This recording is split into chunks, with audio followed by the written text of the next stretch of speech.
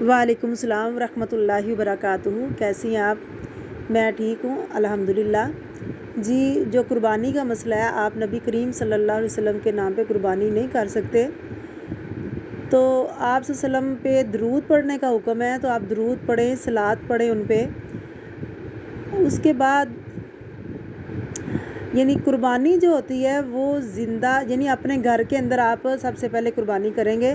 اگر کوئی دنیا سے چلا جائے تو اس پہ جو آپ نے قربانی کا جانور لانا ہے وہ قربانی نہیں ہوگی، وہ آپ کی طرف سے صدقہ ہوگا۔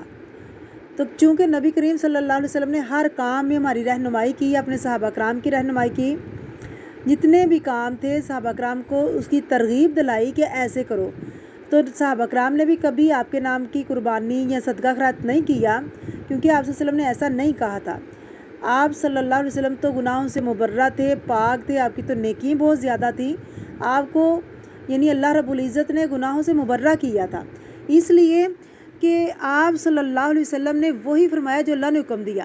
اللہ رب العزت نے بھی قرآن پاک میں فرمایا کہ میرے نبی پہ درود پڑھو۔ اللہ بھی درود پڑھتا ہے اور میرے نبی پہ درود پڑھو۔ اے مسلمانوں، تو ہمیں صرف درود پڑھنے کا حکم ہے، باقی آٹومیٹکلی جتنے بھی ہم کام کر رہے ہیں، کیونکہ آپ صلی اللہ علیہ وسلم نے فرمایا کہ کام کرنے والے کو جتنا ثواب ملے گا، کام کی ترغیب دلانے والے کو بھی اتنا ہی ثواب ملے گا۔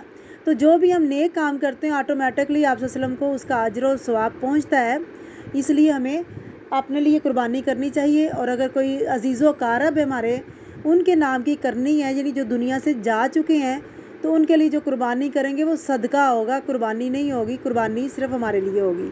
السلام علیکم ورحمۃ اللہ وبرکاتہ۔